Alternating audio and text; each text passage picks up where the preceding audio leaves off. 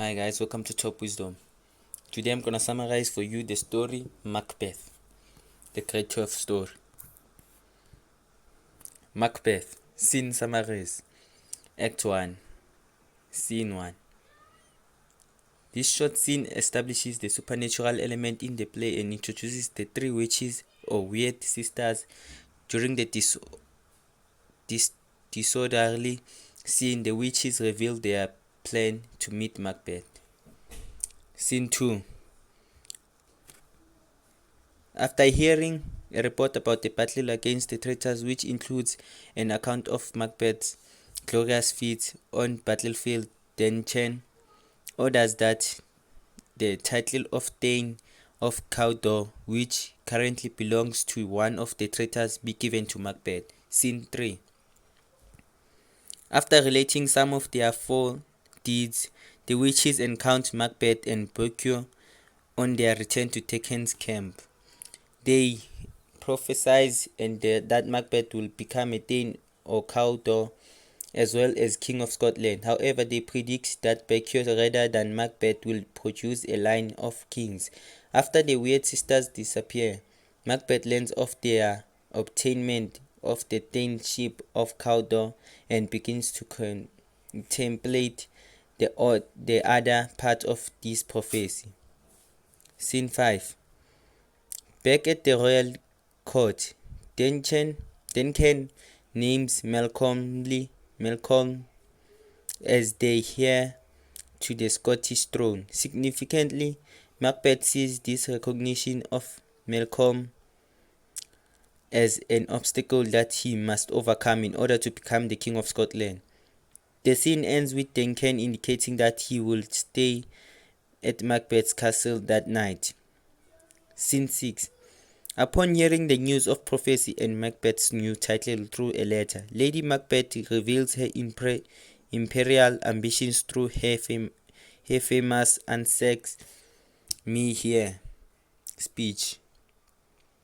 Before Macbeth's arrival, she predicts that he won't have the will to actively pursue the throne, so she feels that she will have to convince him. When Macbeth arrives, she presumes that they will kill Duncan, but Macbeth refuses to discuss it at that time. Scene 7. Duncan and his party arrive at the gates of Macbeth's castle. Lady Macbeth greets them and leads them into the castle. Scene 8. In his first holy soliloquy, Macbeth contemplates the consequences of killing Duncan from a variety of perspectives, revealing his inner struggle with the question. Also, Lady Macbeth executes her plans to convince her husband to commit regicide through a combination of insulting her husband's masculinity and demonstrating her own fierce support of this course of action. This scene ends the first act with Macbeth resolved to kill Duncan and obtain the Scottish throne. Act 2, Scene 1. Although Washoe admits that he has been having dreams of pursuing the prophecy, he maintains his resolve to passively await the prediction when Macbeth approaches the possibility of taking action. Left alone, Macbeth hallucinates a danger that leads him towards Duncan's chamber, where Lady Macbeth has dragged his servants. Scene 2. Macbeth joins Lady Macbeth after killing Duncan. Macbeth is extremely distraught over his action and claims to have heard voices saying he had murdered sleep. Lady Macbeth is much more calm and composed. However, she returns the dangers to Duncan's bedchambers and smears blood on Duncan's servant. Scene 3. The comedic partner opens the gate and allows Macduff and Lennox to enter. Shortly after a humorous exchange between the porter and Macduff, the Thane discovers Duncan's murder. Choices ensures in the conversation between the Thanes. We learn that Macbeth in a fury killed the two servants. thereby removing from the servants the possibility of defending themselves. Malcolm and Dunalbain and Duncan's son flee to England and Ireland for their own safety. Scene 4. This conversation between Ross and Old Man records recent events for the audience. In addition to describing the natural disturbance that have followed the king's murder, their conversation reveals that Malcolm and Donalbain are being accused of planning the crime because they flee into exile. Ross also informs the old man that Macbeth has been named King of Scotland. Act 3, Scene 1. In this scene, Becky contemplates Macbeth's role in the murder of Duncan. Macbeth enters and encourages Becky to attend the banquet, during which Macbeth will try to secure the support of the other Thanes. However, the friendship present in their previous interaction has been replaced with a mutual suspicion. After Becky's departure, Macbeth arranges his murder and the murder of his son, Fluent. Scene 2. Macbeth and his wife discuss their course of action. Lady Macbeth is not as content as she was in previous scenes. She indicates her desire to place their evil actions in the past. Although he tells his wife to watch Becky closely, Macbeth no longer includes her in his plans to maintain the throne. Scene 3. The two murders are joined by a third together. They attack Becky and Florence as they return to the castle. Becky is killed, but Florence manages to escape. Scene 5. Scene 4. The banquet begins with the sitting of the nobleman and Macbeth's insistence to sit among the Danes rather than in his royal position.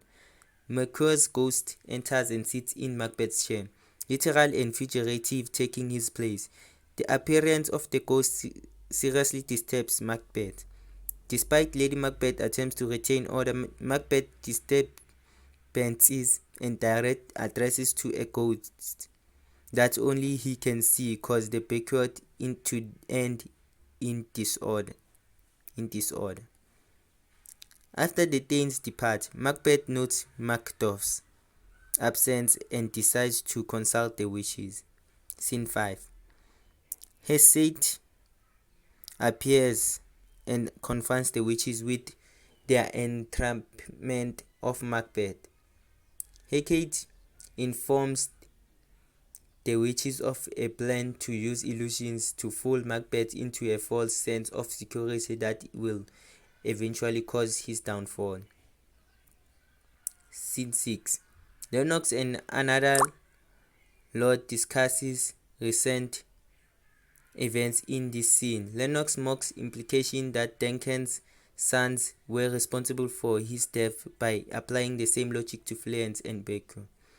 The Lord informed Lennox of Malcolm's activity in England and Macduff's recent trip to join Malcolm in preparation for a rebellion against Macbeth. Through the Lord, we also learn that Macbeth is preparing for a war.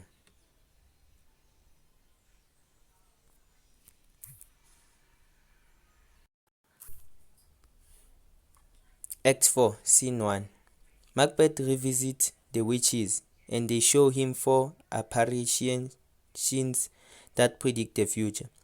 The first apparition, an armed head, tells Macbeth to be aware of Macduff. The second, a bloody child, informs the king that no man born of woman will be able to kill Macbeth. The third, a crowned child holding a tree, indicates that until Birnam Wood comes to Dunsinane Hill, he will not be conquered. A fourth apparition depicts the initial prophecy of Becky's royal descendants. Macbeth learns of Macduff's departure and orders the execution of Macduff's family. Scene 2. Ross and Lady Macduff discovers Macduff's departure for England, which has left his family unprotected. After a peaceful conversation between Lady Macduff and her son, a messenger enters and wants them to flee for their safety. Lady Macduff refuses, and soon maidens enter who kill their son on stage and pursue Lady Macduff off the stage. Scene 3. Macduff arrives in England and reunites with Malcolm. Suspicion of anyone from Scotland, Malcolm tests Macduff by pretending to be tyrannical. After Macduff passes the test by remaining loyal to Duncan's son, Malcolm speaks of the healing power of Edward the Confessor, England's king, and informs Macduff of England's military support for their impending war against Macbeth. The scene closes with the appearance of Ross, who relates recent events in Scotland, primarily the murder of Macduff's family. Act 5, Scene 1. A doctor and a gentlewoman witnesses Lady Macbeth sleepwalking. The gentlewoman indicates that Lady Macbeth sometimes composes a letter in her sleep. On this night, however, she rubs her hands together in an effort to wash a spot of blood off. Although the doctor and the gentlewoman realizes that the conscience is burdened, they don't understand that it stems from her complicity in Duncan's murder. After Lady Macbeth returns to bed, the doctor commands that precautions be taken to prevent Lady Macbeth from committing suicide. Scene 2. A group of Scottish thanes enter on their way to Birnam Wood to unite with Malcolm and English forces. They also indicate that although Macbeth's army still obeys him, it no longer feels loyalty toward the king. Scene 3. Waiting for the battle to begin, Macbeth oscillates between being overly aggressive and confident and being melancholic.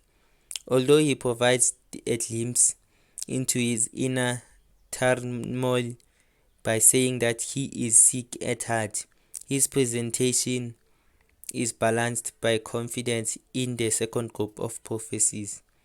Scene 4.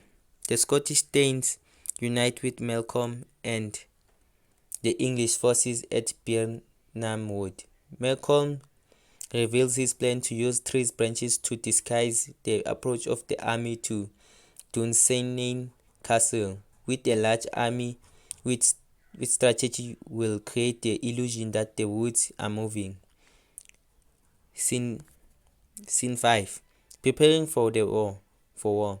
Macbeth learns of his wife's death and exhibits little grief. A messenger informs Macbeth of the speech of Birnam Wood. Questioning his invulnerability, Macbeth decides that if he is to die, he wants to die in the battle. Scene 6.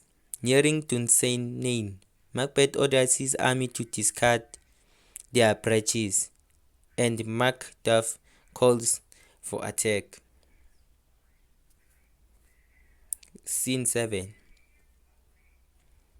Not content to sit safely behind the castle walls, Macbeth engages the enemy on the plain, slaying young Siward, son of Siward, the commander of the English army.